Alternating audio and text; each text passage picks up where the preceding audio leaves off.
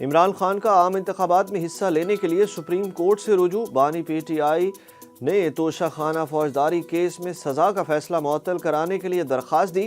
Supreme court office نے درخواست اعتراضات عائد کرتے ہوئے واپس کر دی۔ اعتراض میں کہا گیا کہ اپیل کے ساتھ لفظ کیے گئے دستاویزات نامکمل ہیں۔ تمام متعلقہ دستاویزات کے ہمراہ اپیل 6 جنوری تک دائر کی جا سکتی ہے۔ امید ہے عدلیہ مداخلت کرے گی اور بلے کا نشان بحال ہوگا۔ پی ٹی آئی کا سپریم کورٹ جانے کا اعلان۔ اڈیالہ جیل کے باہر میڈیا سے گفتگو میں chairman P T I barrister Gohar نے کہا کہ سائفر کیس کو اوپن ٹرائل نہیں سمجھتا، یہ اسلام آباد ہائی کورٹ کے احکامات کی خلاف ورزی ہے۔ ہر انسان کے بنیادی حقوق ہیں، عدالتوں کو اسے قدر کی نگاہ سے دیکھنا چاہیے۔ سائفر کیس میں کوشش کی جا رہی ہے کوئی باہر نہ آ سکے، ہمیں ابھی کوئی سرٹیفائیڈ کاپیز بھی فراہم نہیں کی گئیں۔ انہوں نے کہا کہ بڑی عجلت میں ساری چیزیں ہو رہی ہیں۔ سپریم کورٹ نے واضح کہا کہ سب کچھ کریں، کرمنل ٹرائل عجلت میں نہیں کیا جا سکتا، سوائے ہمارے کسی کا بھی کرمنل ٹرائل عجلت میں نہیں ہو رہا۔ بلہ پاکستان کے 70% عوام کی نشانی ہے، کوئی بھی نشان الاٹ ہو وہ آپ سے کوئی نہیں چھین سکتا۔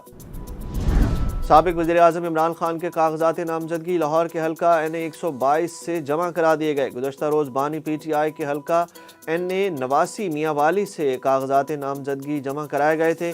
بانی پی ٹی آئی نے اڈیالہ جیل میں کاغذات نامزدگی پر دستخط کیے تھے جو ان کے وکیل رائے محمد علی لے کر گئے تھے۔ سابق وزیراعظم 2 کیسز میں جیل میں قید ہیں۔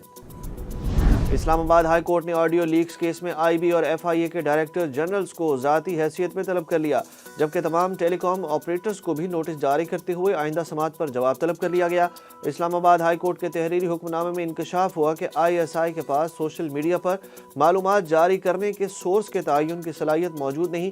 اٹارنی جنرل نے بتایا کہ وفاقی حکومت نے کسی انٹیلیجنس ایجنسی کو ٹیلی فون کالز ریکارڈ کرنے کی اجازت نہیں دی۔ عدالت نے حکم دیا کہ غیر قانونی ریکارڈ کی گئی کالز کی آڈیو شیئر کرنے والے سوشل میڈیا اکاؤنٹس کی تفصیل جمع کرائیں۔